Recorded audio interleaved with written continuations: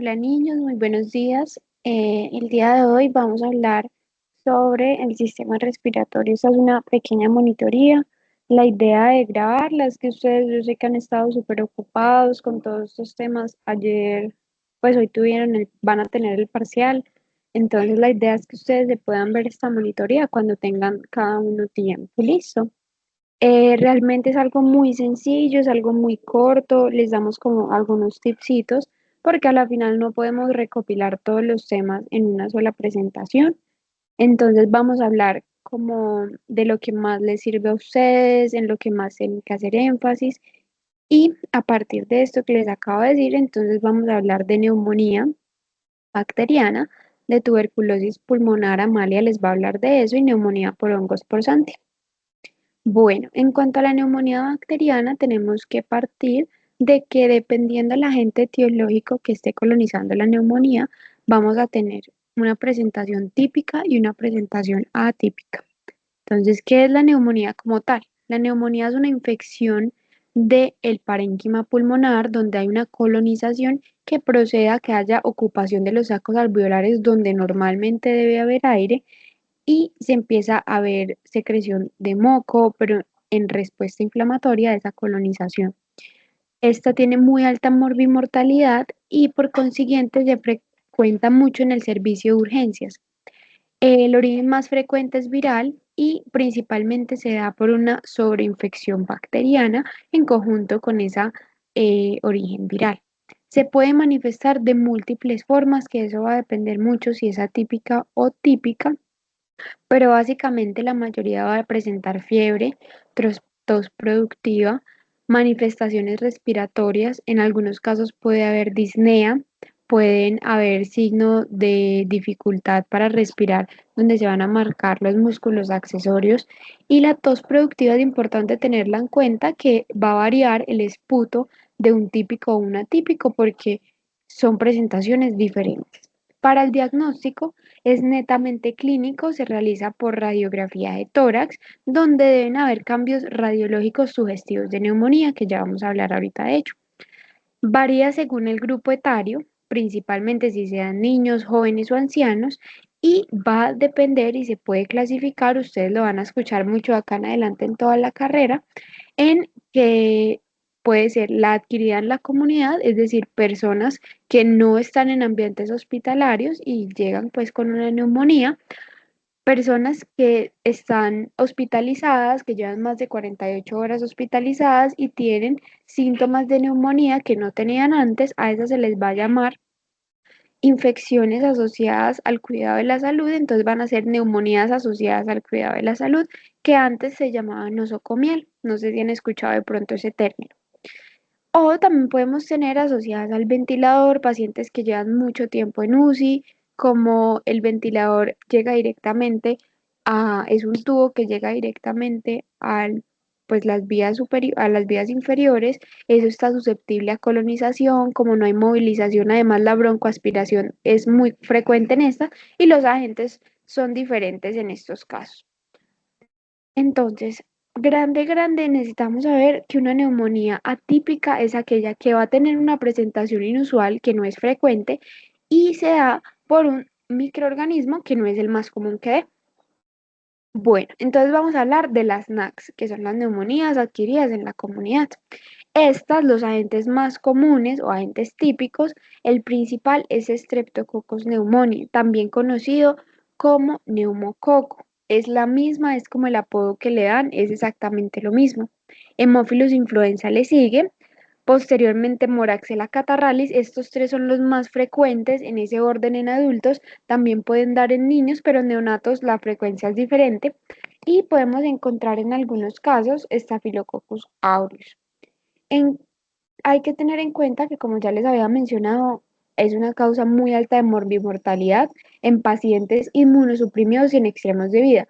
¿Por qué? Porque a estas personas, como el sistema inmune no está tan bien desarrollado, no tanto desarrollado, sino que la respuesta inmune no se da de la manera correcta, a estas personas literalmente los agarra y los desbarata. En cuanto a los agentes atípicos, tenemos a Mycoplasma pneumoniae, Chlamydophila pneumoniae y Legionella pneumófila. Entonces, lo que les estaba diciendo ahorita a ustedes acá es la ocupación alveolar que se da directamente en el parénquima pulmonar y a eso es lo que nosotros llamamos neumonía, la infección como tal del parénquima pulmonar por cualquier microorganismo. Bueno, esta es una placa de tórax de un paciente con neumonía, eso es una placa muy típica, la verdad, donde esto no es objetivo pues del curso, pero deben saber que normalmente el pulmón se debe ver así, debe verse negrito, con cierta, como los vasitos. Sin embargo, acá ustedes ven en esta zona, que en el lóbulo superior del pulmón derecho hay una consolidación, así se llama a esto que ustedes están viendo acá, que es una opacidad blanquecina. Además, este paciente tiene unos infiltrados característicos que hacen pensar en neumonía.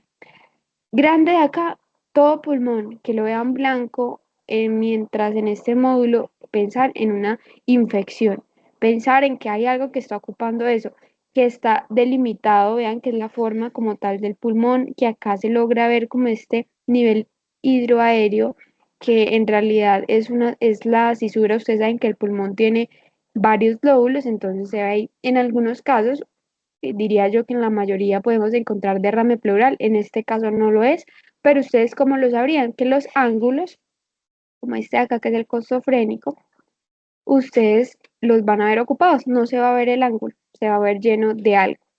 Bueno, entonces, importante, como estamos en micro, los agentes típicos, muy, muy importante saber cómo es su morfología, saber si son sensibles a que, por ejemplo, el Streptococcus pneumoniae es sensible a octoquina. ¿Por qué? Porque en el laboratorio la profe Luz nos pidió que les hiciéramos énfasis para el parcial del laboratorio, estudiarse muy bien cada una de esas características, estudiarse muy bien la morfología, porque ustedes en laboratorio les van a mostrar la morfología, les van a dar un ligero caso clínico y les van a decir, por ejemplo, en el laboratorio salió que es un microorganismo que es sensible a octoquina, que tiene bilis escualina negativa y que usted observa una morfología de diplococos gram positivos y que sean catalasa negativa.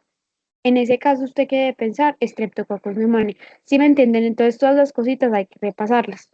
Ya se los dije, en las imágenes de abajo, pues identificamos que Streptococcus pneumoniae son diplococos gram positivos. Acuérdense, todo lo morado es gram positivo, todo lo rosado es gram negativo.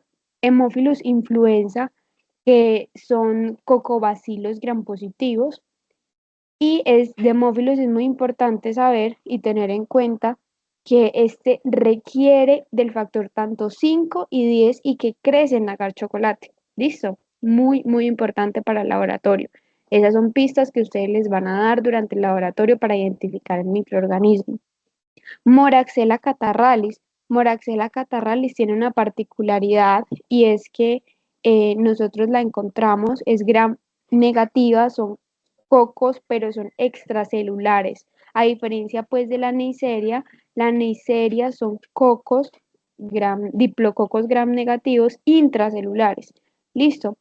Saber que Moraxella catarralis tiene DNAsas, es negativa para fructosa, es negativa para todo menos para DNAsa. Listo, para el laboratorio tenerlo en cuenta. Bueno, esto es como un apartadito que les dejé de las bacterias típicas, no solamente son las que les mencioné, hay más.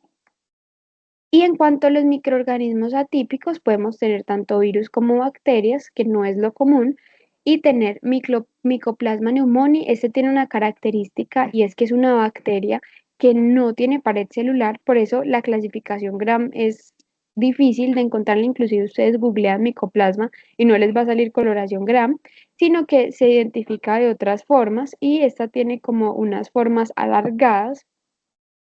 Clamidophila pneumoniae, es decir, la anterior ustedes no la van a ver en el laboratorio, pero sí les pueden preguntar en el teórico, ¿cuál es el agente más frecuente de los atípicos? Es micoplasma. ¿O cuáles agentes de los siguientes es un atípico? Entonces les muestran Streptococcus pneumoniae, Moraxella catarralis y micoplasma. Entonces ustedes ya saben que es micoplasma. También tenemos Clamidophila pneumoniae, Legionella pneumófila, que este, si no estoy mal, es un bacilo gram negativo, y tenemos el virus sincitial respiratorio, que es un virus, el virus de la influenza. Ojo, es diferente decir el virus de la influenza a Haemophilus influenza. El virus de la influenza es un virus. Haemophilus influenza es una bacteria que ya hablamos que es, y este es un virus. El COVID-19, que es el SARS-CoV-2 y otros virus pueden generar. Recordemos que Haemophilus influenza es el que les mostré acá, que es cocos, cocobacilos gram negativos y que tienen lo del factor 5 y 10. Bueno, acá hay más agentes etiológicos, vean que son cosas raras que no dice qué son, yo nunca lo he escuchado, todo lo raro es eso. Bueno, ¿cómo diferencio una neumonía adquirida en la comunidad típica de una atípica? Primero que todo hay que llenarse como de razones para determinarla, porque no es como que yo diga, hay una cosa y ya con eso es típica o atípica, pero básicamente es que cuando yo tengo una neumonía adquirida en la comunidad típica, debe tener por lo menos 3 o más criterios de los que ustedes ven en pantalla, que sea fiebre más de 39, dolor pleural, auscultación focal que indique sugestivo de ocupación alveolar como los crépitos, disminución del murmullo vesicular, leucocitosis de más de 12.000, o sea, mucha presencia de reacción leucocitaria, neutrofilia, además de una radiografía de tórax sugestiva de una zona de consolidación, que es como lo que habíamos visto ahorita. Si no tiene ningún criterio de estos, básicamente ninguno, es una típica. Si yo tengo dos, pero estoy como que no sé, es indeterminada. En los casos de las atípicas, básicamente, o se puede empezar un manejo empírico, pero en la mayoría de casos hay que tomar cultivos porque usted no puede adivinar qué tiene el paciente, mientras que la típica es un cuadro completamente florido, en muchos casos no hay que hacer cultivo, no hay que tomar muestra y se hace un tratamiento antibiótico. Entonces, el diagnóstico y el tratamiento básicamente es clínico, como ya les había dicho, una muy buena anamnesis, un buen examen físico, preguntar al paciente por edad y comorbilidades. El tabaquismo es muy importante. Las comorbilidades, si es un paciente con diabetes, que es inmunosuprimido, que tiene VIH, que ha tenido cáncer, que ha tenido neumonías a repetición, hospitalizaciones en el último año, eso predispone mucho a resistencia. El uso de antibióticos también, si ya había tenido neumonía alguna vez. El hacinamiento, sobre todo, pues en este caso no mucho, ahorita van a hablar más de eso, pero el hacinamiento que nos hace pensar mucho en tuberculosis. Y la radiografía de tórax básica y necesaria AP lateral, que es la que apoya el diagnóstico. Bueno, entonces las pruebas microbiológicas que podemos hacer no se hacen en todo el mundo, de una vez se los digo, pues esto es porque estamos en micro, pero a modo práctico no se utilizan siempre, solamente en algunos casos, pero tenemos el esputo, la prueba de esputo, que al esputo se recoge y se hace gramicultivo, que ustedes ya deben saber cómo recoger el esputo, cómo pedirle al paciente que del esputo. Bueno, hemocultivos en casos de sospecha de sepsis, porque cuando hay sepsis los hemocultivos salen positivos. La sepsis, lo que ya les expliqué, es que la infección en este caso, por ejemplo, es de origen pulmonar y se va a diseminar por el resto del cuerpo, y eso es lo que conocemos como sepsis, que el microorganismo se disemina. El test de orina para Streptococcus pneumoniae realmente no se utiliza mucho acá, eso lo utilizan más los gringos, y lo que hace es detectar un antígeno en orina del estreptococo. También tenemos PCRs, y una de las que sí se utilizan mucho, mucho acá es el FilmArray respiratorio en pacientes inmunosuprimidos, perdón. Y es que es un panel de una PCR múltiple que identifica para múltiples antígenos de diferentes microorganismos, y hay entre virus y bacterias más frecuentes, de atípicas y típicos. Entonces los va a identificar y me va a decir como es la etiología de esa neumonía probablemente, o si no hay una identificación. Y para ya ir terminando, el tratamiento va a depender del agente causal que estemos sospechando, la resistencia, que la resistencia sin un antibiograma, ¿cómo sabemos? Si me dicen, no, es que el paciente ha tenido 7 neumonías seguidas, que el paciente ha tenido antibióticos recientes, que el paciente tuvo una colonización previa con un microorganismo resistente, que el paciente ha sido cuidador de un paciente hospitalizado, que el paciente lleva más de 3 meses hospitalizado, todas esas cositas nos hacen llenarnos de razones. Entonces, hay que tener en cuenta que hemófilos produce betalactamasas, entonces no lo vamos a tratar con un betalactámico, que el neumococo puede, pero si tiene esquema de vacunación incompleto y factores de riesgo, pues no, pues lo va a producir más, pero si no, pues no. Atípicos no se van a tratar igual, pero realmente ustedes no se deben estresar por eso. Y que la viral es autolimitada siempre y cuando no haya sobreinfección con bacteriana. La viral es manejo sintomático, mientras que la bacteriana no. Entonces, se puede utilizar principalmente, ustedes van a escuchar acá en quinto, en cualquier lado, que cuando uno tiene una neumonía bacteriana, con lo que principalmente la trata es con amoxicilina. Puede adicionársele un macrólido, puede ser amoxiclaulanato, se puede utilizar ampicilina sulbactam. ¿Por qué estamos utilizando estas? Porque tenemos el inhibidor de beta-lactamasa. No lo vamos a mandar solo, por lo que ya hablamos, porque no siempre podemos identificar el microorganismo, porque no siempre tenemos el antibiograma. Podemos utilizar fluoroquinolonas en casos de bacteremia y sepsis, se utilizan de amplio espectro como cefepime y banco, uno que me cubre para gram negativos y la banco que es para gram positivos. Recordemos que la banco actúa en los sitios de ala y se sospecha de neumonía por Pseudomonas aeruginosa. Lo que más funciona de acá para la vida, ustedes se les puede olvidar todo, esto se le olvida a uno siempre, o sea, uno no siempre se acuerda de esas cosas, pero que el piptazo, la piperacilina tazobactam, es el gol estándar para cualquier pseudomonas, listo, es lo que más sirve para pseudomonas. Bueno, ahora vamos a continuar con la parte de tuberculosis pulmonar. Recordemos que va a ser dada por el patógeno de Mycobacterium tuberculosis o el bacilo de Koch. Es importante que recuerden el complejo de las Mycobacterium tuberculosis porque acá hay diferentes especies, pero es las fundamentales que ustedes se van a tener que aprender van a ser Mycobacterium tuberculosis, Mycobacterium caneti y Mycobacterium africanum, porque recuerden que estas son las que van a ser capaces de producir tuberculosis en el humano. Tenemos que recordar que estos son bacilos que son ácido alcohol resistentes, por lo tanto, pues van a ser neutros al gram y vamos a necesitar de otras tinciones para poderlas observar.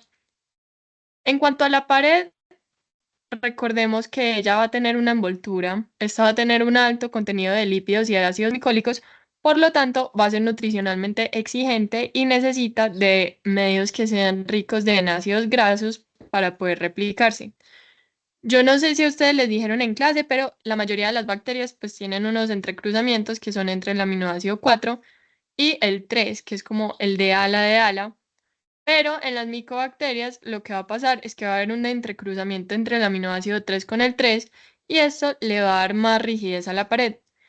También tenemos que la pared es muy hidrofóbica y entonces esto va a hacer que sea más difícil de permear. Por lo tanto, pues esto va a ser un mecanismo de resistencia intrínseco que tienen las micobacterias. Y en cuanto al blanco terapéutico, vamos a ver qué va a ser la envoltura para los medicamentos, que ya más adelante les voy a mencionar un poquito de ellos. En cuanto al peptidoglicano, recordemos que las micobacterias también tienen y esta va a estar encargada de darle rigidez a la pared, pues como a toda la estructura. También tenemos los ácidos micólicos que van a tener un componente lipídico y esto hace que sean impenetrables a ciertas sustancias. También está el liparabinobanán, que es muy importante también en cuanto a la impenetrabilidad, pero es importante también porque va a hacer que sea más resistente y va a hacer que la micobacteria sea reconocida por el sistema inmune. Por ejemplo, esta vemos que se puede detectar en la orina y se ve principalmente en los pacientes que son VIH positivos. También está el arabinogalactano, también va a ser un componente lipídico encargado de hacer la estructura impenetrable. Y el ácido acetilmurámico y glucosamina, que van a ser importantes en cuanto a la respuesta inmune. En cuanto al modo de transmisión, tenemos que llevar a través de aerosoles de secreciones respiratorias y debe ser dado por una persona que sea bacilífera. Ya se puede dar como, por ejemplo, cuando se habla, cuando se canta, cuando estornuda uno, cuando tose. y van a ser captados por un hospedero que sea susceptible. Hay también pues como ciertas cosas que van a aumentar la probabilidad de transmisión. En cuanto a la persona que la transmite, por ejemplo, está que tenga cavitaciones en el pulmón, que tenga un tratamiento inapropiado, que tenga expectoraciones, múltiples bacilos en el esputo o que, por ejemplo, no utilice un tapabocas. Y ya en cuanto a la persona que puede ser contagiada, también está el tiempo de exposición, que entre mayor sea el contacto con la persona o con los bacilos, más probabilidad tiene de contagiarse, el sistema inmune de la persona, la edad y pues estar confinado en ciertos lugares o espacios cerrados. También tenemos que el VIH es un factor de riesgo para desarrollar la infección y de el 100% de las personas que llegan a contagiarse con los bacilos, realmente solamente el 10% de ellos llegan a desarrollar una tuberculosis. Hay un término que es muy importante que ustedes sepan, que es el sintomático respiratorio. Esto de pronto en algún momento les preguntan, pero son personas que tienen tos con expectoración por más de 15 días. Y por ejemplo, este término va a variar en las personas que tienen VIH, porque en estas personas, cuando previamente ya tuvieron como una tuberculosis latente y pues digamos llegan pues tienen VIH, están inmunosuprimidos, pues con un solo día de presentar tos con expectoración, ya se le debería empezar a sospechar una tuberculosis y se le deberían empezar a hacer estudios para descartarla. En cuanto a la patogénesis, pues vamos a tener esta imagen y esta otra imagen. Les voy a hablar como de las dos. Lo primero que va a pasar es que vamos a tener que la micobacteria es inhalada y va a llegar a los pulmones del hospedero, donde van a haber como tres posibles vías. Entonces, ella puede ser fagocitada por los macrófagos alveolares, puede ser captada por neutrófilos del pulmón o por células dendríticas.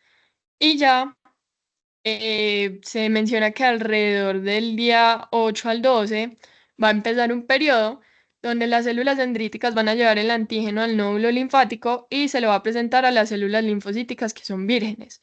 Y estas van a desencadenar una respuesta de tipo inmune tipo Th1 para liberar unas quimioquinas que no sé si se las mencionaron, pero son la 19 y la 21. Ya alrededor pues de 2 semanas o 14 días, las células van a regresar al pulmón y van a reconocer los macrófagos y las células dendríticas que están infectadas para empezar a liberar el ROS, la interleuquina y el factor de necrosis tumoral. Ya esta respuesta inmune es de tipo celular. Ya pues cuando pasa que cuando el sistema inmune no está bueno o está fallando, la micobacteria se va a seguir replicando dentro del macrófago y se tiene ya una infección activa. Entonces tenemos que la persona infectada por la micobacteria tuberculosis va a llegar a la célula dendrítica y va a ser de célula presentadora de antígeno frente al linfocito TCD8 y estos van a reconocer a los macrófagos que están infectados y a liberar las quimioquinas para empezar a formar el granuloma, que va a ser como, pues va a intentar detener la infección. Y el granuloma va a rodear a los macrófagos que están infectados con la micobacteria y van a empezar a ser rodeados por linfocitos TCD4 y TCD8, las cuales van a empezar a producir el interferón gamma, que es muy importante porque es la que va a mantener la estructura del granuloma y pues al mismo tiempo van a empezar a llegar como más linfocitos. Ya luego van a llegar fibroblastos, pues que también se encargan de rodear como ya toda la estructura con los linfocitos y ya, finalmente, pues la persona queda en un estado latente de la infección. Es importante, como yo les mencionaba, que el 10% de las personas pues que tienen una infección latente, ellas pueden llegar a perder esa formación de granuloma y pues ya terminan finalmente como en una infección activa. Y esto puede pasar cuando una persona se inmunosuprime por X o Y razón.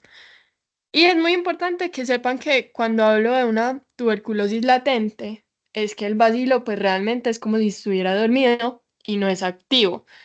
Y pues que también sepan que la tuberculosis latente no se va a poder transmitir. En cuanto a la clínica, tenemos que es una tos con expectoración por más de 15 días. Recuerden que esto es el sintomático respiratorio. Pero se encuentran también otros síntomas que son muy característicos y muy importantes. Por ejemplo, acá tenemos que está la hemoptisis, la persona con disnea, si presenta fiebre. Muy importante que tenga sudoración profusa, predominantemente en la noche, la pérdida de peso, que presenta astenia y anemia, o, por ejemplo, también el dolor torácico de tipo pleurítico. Y ya también está la infección primaria o, pues sí, también la postprimaria, que va a ser la reactivación. Entonces, en cuanto a la tuberculosis primaria, tenemos que se presenta como un nódulo único en los lóbulos inferiores y también se ha mencionado en las zonas medias. Esta se da principalmente en los niños y va a ser muy difícil de diagnosticar. Por ejemplo, se menciona que acá la presentación más común va a ser pues, la linfática. Y está la postprimaria, que es la que va a dar en los adultos. Se menciona que también hay una acumulación en los ápices donde se van a formar unas cavernas y dentro de ellas van a haber una gran cantidad de bacilos. Acá, pues sí, la presentación más común va a ser en los ápices pulmonares. Y a nivel extrapulmonar, esto de pronto también se los pueden llegar a preguntar. Las formas más comunes, pues la principal, pues va a ser en pleura, pues después de a nivel pulmonar. Y también se encuentra a nivel ganglionar y en las meninges. Esas son las tres principales a nivel extrapulmonar, pero también lo encontramos a nivel del tracto genitourinario, en los huesos o en el peritoneo. Esto también es importante que lo conozcan, que es cuando una persona, por ejemplo, está expuesta. Esto se le conoce cuando, por ejemplo, la persona estuvo con un caso que es confirmado, que es asintomática la persona, que le hicieron rayos X y le salieron normales y le hicieron una prueba de tuberculina y también, pues, esta fue negativa. Están los infectados con tuberculosis latente, que va a ser la persona que es asintomática, que le hizo una prueba de tuberculina y salió positiva, y que se le ven calcificaciones en los rayos X, que van a ser el granuloma. Y ya la tuberculosis activa van a ser las personas que son sintomáticas con una clínica que es sugestiva, se le hizo la prueba de la tuberculina y es positiva, se le hicieron rayos X y muestran signos que son compatibles con tuberculosis y se le hacen pruebas moleculares o microbiológicas también, pues, como positivas. Y además, pues, lo más común o lo más probable es que estas personas hayan tenido un contacto estrecho con alguna persona que sea positiva. En cuanto a la tuberculina, vamos a tener que se debe tener un cultivo de tuberculosis y se hace un preparado proteico donde se le va a poner 0,5 de pues, mililitros del preparado y se le pone en el antebrazo y ya este se lee a las 48 horas y se interpreta como ven acá en esta imagen. Entonces, pues ella tiene como unos cortes, por ejemplo, en las poblaciones, en cualquier grupo, si hay una induración menor a 5 milímetros, se interpreta como negativa. Si hay una induración mayor o igual a 5 milímetros, va a ser positiva en ciertas poblaciones. Por ejemplo, que previamente haya tenido una tuberculina y haya sido negativa, pero ahora es positiva, en niños y niñas pues, contacto, en personas que tienen VIH, personas que tienen contacto reciente con un caso de tuberculosis, o si se le hicieron rayos X y tiene alteración pues, en este, o personas que tienen patologías pues, de base o que tienen tratamientos inmunosupresores. Y el último ya es como que haya una induración igual o mayor a 10. Esta va a ser positiva, por ejemplo, en las personas que son inmunocompetentes, en personas que trabajen en el área de la salud. Por ejemplo, ustedes que empiezan a rotar van a ver que pues se van a encontrar más expuestos a los bacilos y ya si les hacen una prueba de tuberculina y es mayor a 10, pues es positivo. Yo no sé, de pronto pueden que en algún momento les lleguen a preguntar, pero por ejemplo acá en Colombia, como es un lugar endémico, siempre se debe vacunar contra la tuberculosis y va a ser la vacuna de la BCG. Esta vacuna va a ser positiva si les hacen una tuberculina hasta los 18 años. Entonces ya de 18 en adelante, pues realmente no debería ser positiva esto. En cuanto al diagnóstico, vamos a tener que se debe hacer un buen examen pues una buena historia clínica, con una buena anamnesis, un buen examen físico, le pueden hacer tuberculina, se pueden hacer los rayos X y examen directo y cultivos. En cuanto al examen directo, vamos a ver qué se hace con una osciloscopia y para esto se trató en tres pruebas seriadas. Esta realmente tiene una sensibilidad que es variable porque va a depender de la carga basilar. Se dice que es positiva cuando hay entre 5.000 y 10.000 bacilos por mililitro de la muestra. Y, por ejemplo, en las personas que son multibacilares, o sea, que tienen muchos bacilos, se va a ver que la baciloscopia va a ser positiva. Pero en las personas paucibacilares con poquitos bacilos, la baciloscopia va a ser negativa. También a esto se le debe hacer pues una tinción, la cual va a ser con Sil-Nielsen o con quinún o con pues auramina rodamina. Yo me imagino que a ustedes ya les enseñaron a leer este examen en el laboratorio, pero pues así se interpretaban las baciloscopias. Entonces va a ser negativo cuando hay de cero, pues cero bacilos ácido alcohol resistentes de más de 100 campos. Va a tener una cruz cuando hay menos de un bacilo por campo en 100 campos, dos cruces cuando hay de 1 a 10 bacilos por campo en 50 y tres cruces cuando hay más de 10 bacilos por campo en 20 campos observados. Y en cuanto a los cultivos, para esto se debe tener un aislamiento primario directo de la muestra y va a ser útil para confirmar el diagnóstico. Para esto, pues se debe tener entre 10 y 100 bacilos por mililitro para que el cultivo pueda ser positivo.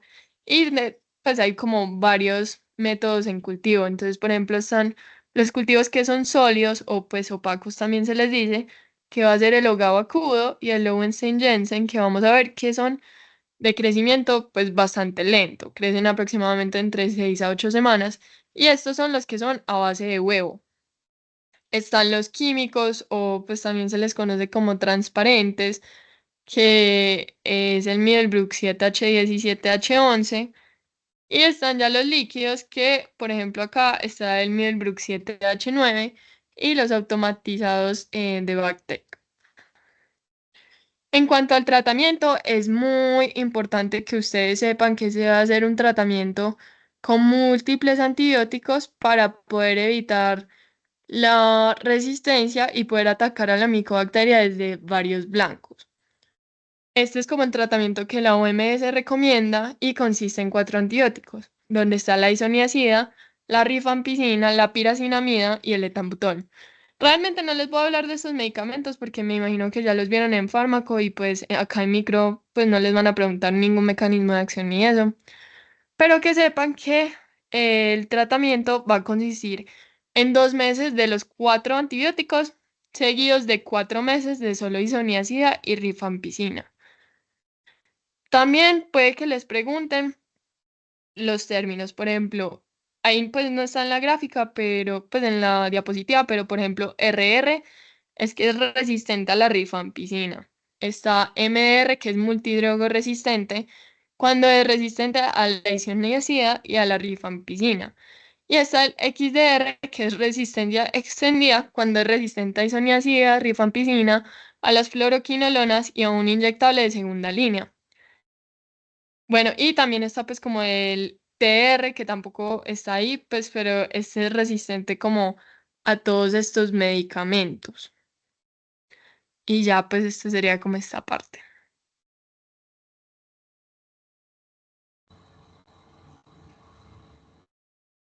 Entonces, para comenzar, vamos a hablar de la neumonía por hongos producida por Pneumocystis jirovecii, que se va a llamar la neumocistosis. Entonces, la neumocistosis, primero para hablar del agente, es producida por un microorganismo que consideramos en transmisión porque a lo largo de la historia se ha considerado tanto como parásito como hongo y hoy en día lo denominamos como un agente fúngico atípico porque mantiene características como de ambos reinos, por así decirlo. Su fuente de infección hay muchas porque el Pneumocystis jirovecii está en el medio rural y urbano, o sea, se encuentra en todos los lugares, no sabemos todavía cuál es su hábitat, no lo tenemos claro, pero sí se ha podido encontrar este agente en agua, en el aire, en los hospitales y se ha reportado que incluso puede haber una zoonosis, que pueda haber esa transmisión tanto pues, de animales hacia los humanos, o puede darle incluso a portadores humanos que sean inmunocompetentes, o sea que no es solamente asociado a pacientes inmunodeprimidos. Digamos que la epidemiología para pensar en neumocistis va a ser, digamos, una triada conformada por la tercera década de la vida, o sea, los pacientes que están alrededor de los 30 años, que sean hombres y sobre todo los pacientes que sean VIH positivos y es importante porque la neumocistosis se considera una enfermedad definitoria de SIDA. La neumocistosis entonces como entidad clínica, pues digamos que la más frecuente va a ser la neumonía producida por el Pneumocystis jirovesi, pero también puede haber otros focos u otras infecciones producidas por el mismo agente ubicados en otro lado, pero como estamos en el módulo de respiratorio nos enfocamos en la parte, digamos, pulmonar y de las vías aéreas. Entonces, digamos que la distribución de qué tanto se producen estas infecciones va a ser que Pneumocystis jirovesi va a producir neumonía en el 95% de los casos, infecciones extrapulmonares en el 5%, que podría ser, por ejemplo, la pleura o ya algunos anexos, y ya se puede ir incluso a otros sistemas de manera pues menos frecuente, como va a ser las infecciones óticas, las infecciones oftálmicas u otros diversos órganos sólidos y otros sistemas.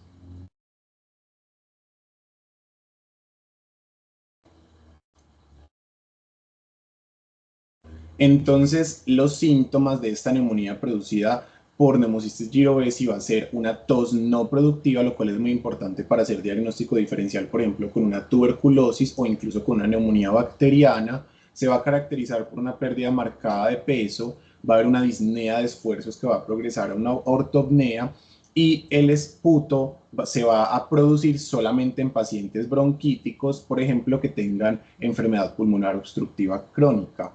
Y en la radiografía de tórax lo que vamos a observar es un patrón difuso parecido a un vidrio esmerilado como lo que se puede ver en COVID-19 y se va a ver un infiltrado pulmonar bilateral.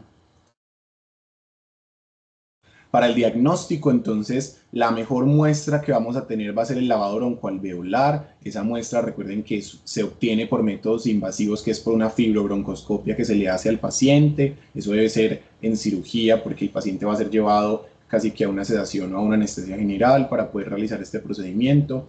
Y a ese lavado broncoalveolar se le puede hacer una tinción de plata metenamina, que es el gold estándar. La, digamos, tinción de Giemsa va a tener un papel también útil, sobre todo para la parte de las biopsias, pero la principal tinción que vamos a usar para el diagnóstico de neumocistosis va a ser la tinción de plata metenamina. Es importante que Pneumocystis jirovesi no se puede cultivar, y otras pruebas diagnósticas que podemos realizar serían pruebas basadas en anticuerpos o en reacción inmune, como serían las pruebas de ELISA, la inmunofluorescencia directa o indirecta, pero el problema son los costos. ¿Cómo va a ser el tratamiento? Entonces, como Pneumocystis se comporta tanto como un hongo como un parásito, vamos a tener que la trimmetoprim sulfametoxazol es el medicamento BBB, es el bueno, bonito y barato, efectivo, y sirve tanto como para profilaxis de Pneumocystis jirovesi en pacientes que estén en riesgo, que serían los VIH positivos, así como sirve también para tratamiento y casi no tiene resistencia. El problema con Pneumocystis jirovesi no es realmente el tratamiento, sino realmente confirmar el diagnóstico. Importante que al Pneumocystis jirovesi no le sirven ni los medicamentos que son los azoles ni la anfotericina B, porque estos medicamentos actúan en el ergosterol, y Pneumocystis jirovesi, al parecerse estructuralmente más a los parásitos, no posee ergosterol en su membrana. Entonces estos medicamentos no van a servir para combatir la infección, no le van a hacer prácticamente nada. Entonces, en otros casos, pues, bueno, aquí están los medicamentos a los que me refería, el ketoconazol, el itraconazol y los demás no le van a servir al Pneumocystis jirovesi porque no posee ergosterol en su pared. Entonces hasta ahí queda la neumocistosis. Ahora lo que vamos a hablar es de la neumonía producida por Aspergillus fumigatus, conocida como la aspergilosis. Entonces, es importante que el principal agente de esta entidad va a ser el Aspergillus fumigatus, perdón, pero también puede haber otras especies como el Aspergillus niger, flavus, terreus, nidulans, entre otras, que también nos van a dar esta etiología, pero el principal siempre va a ser Aspergillus fumigatus. La fuente de la infección, como la gran mayoría de los hongos, se consideran saprofitos, y saprofitos quiere decir que provienen de la tierra, del aire, del agua, de las plantas, de la materia orgánica en descomposición, que es como frecuentemente, digamos, se producen, digamos, se reproducen los hongos en la naturaleza, y de allí van a ser las fuentes de infección. Sobre todo para Aspergillus fumigatus es común que contamine alimentos que estén, digamos, en un mal estado, y sobre todo alimentos que contienen alto contenido de carbohidratos y fibras, que pueden ser, por ejemplo, el pan, los dulces, el alimento de las aves, los granos como los cereales o las legumbres.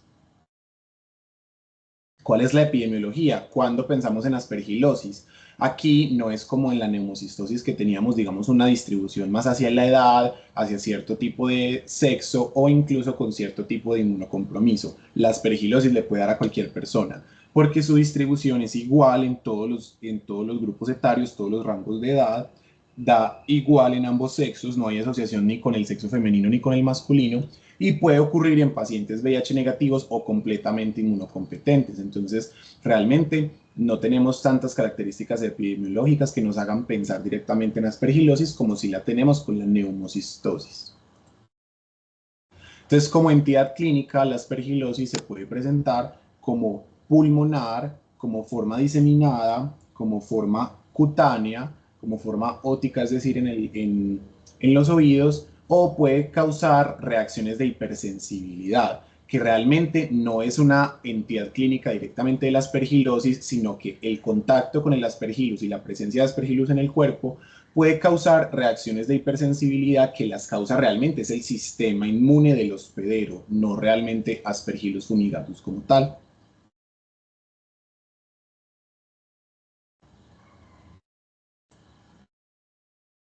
Ya los síntomas entonces de las formas pulmonares de aspergilosis, la forma principal va a ser la forma pulmonar alérgica, en donde vamos a tener, por ejemplo, un caso como si fuera una rinitis alérgica. Va a haber rinorrea, que va a ser esa salida de moco muy líquido y claro por la nariz del paciente. Va a haber edema de toda la mucosa nasal, estornudos constantes, puede haber epífora, que va a ser ese lagrimeo a nivel de los ojos, hiperemia conjuntival, o sea, unas conjuntivas eritematosas, rojizas, inflamadas, y puede haber prurito nasal. También nos puede dar una forma parecida al asma, que se va a caracterizar por disnea, tos y broncoespasmo, porque este hongo desencadena una reacción alérgica muy grande que puede simular estas entidades como la rinitis alérgica o el asma, que se basan en reacciones alérgicas o inmunomediadas. Y otra característica que se va a formar, digamos muy característica de aspergilosis, es que se puede formar el aspergiloma, que el aspergiloma va a ser literalmente como un tumor conformado por aspergillus, que es también una reacción del sistema inmune, digamos que parecido al granuloma que se forma en tuberculosis. Y pues cuando ya esto se ve, generalmente se ve en pacientes en estadios avanzados de la enfermedad o con algún tipo de inmunodepresión.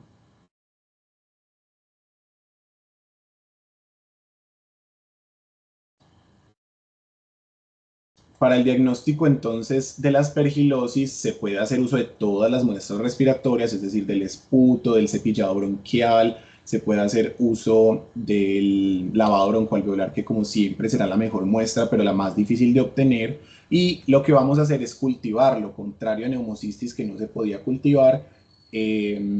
Aspergillus sí se puede cultivar en el agar saburó y en el PDA, y va a ser un hongo de crecimiento muy rápido. En 1 a 3 días vamos a tener este crecimiento de colonias así algodonosas, que esto literal se ve pues tipo moho, se ve característico que es un hongo, y no lo vamos a confundir con bacterias porque se ven como estos hilitos, no se ve como esas colonias cremosas que forman las bacterias.